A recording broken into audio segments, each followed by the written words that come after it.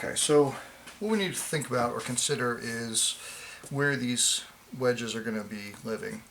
If I were to cut a curve right here in the center of the width of this tenon, that's an incredible amount of material to have to move for one wedge to come in here and start to split this tenon apart without having it migrate into the apron material or whatever this is going to be, stretcher, apron, what have you. So the center is kind of a big ask.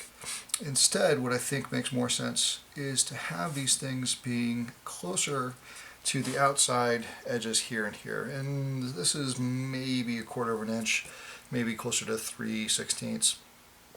So drawing a line straight down here, that will show where where the kerf needs to go for my wedges.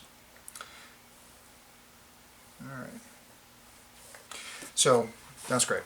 What this is going to allow for is a greater mobility or flexibility of this piece to start to flex or bend at a fulcrum or a pivot point that we're going to create down here. I have to do something that's really critical though. I have to account for a saw kerf going in here, and there's a couple ways of going about that. I'm going to show the bandsaw, which I think is the best option. Some people do just a kerf of a hand saw, and so you come in and you make a cut with a hand saw, but that's such a tiny little kerf.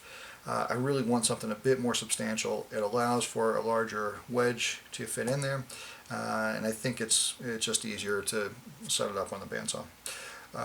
But regardless of how you cut these curves, the thing that you need to keep in mind is that unless I create some type of a natural stop for that momentum of that splitting or separation of these elements, that could also, just like we talked about with the center wedge, that could extend past your shoulder line and it could start to damage your piece.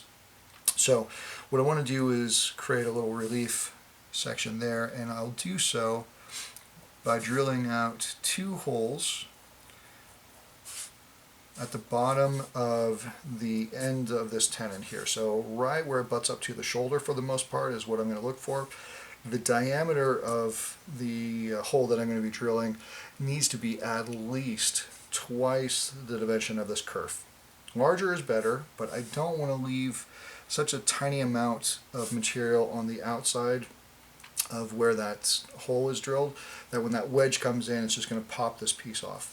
So about 1/4 of an inch in from the outside edge, drilling a hole that's at least twice the diameter of this kerf, possibly a little bit more, should be fine for all of these things. So sequentially, what I'm going to do is I'm going to start with drilling these holes first, and then I'll come in with cutting the kerf. So first steps here, I needed to make sure that the tenon fits, obviously.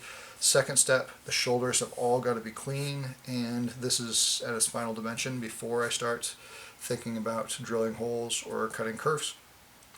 And then the next thing is going to go to the drill press, drill these holes, and then I'll go to the bandsaw, and then we're ready. That's probably a good place to start. So to the bandsaw, and then we'll talk about, to the drill press, and then we'll talk about bandsaw.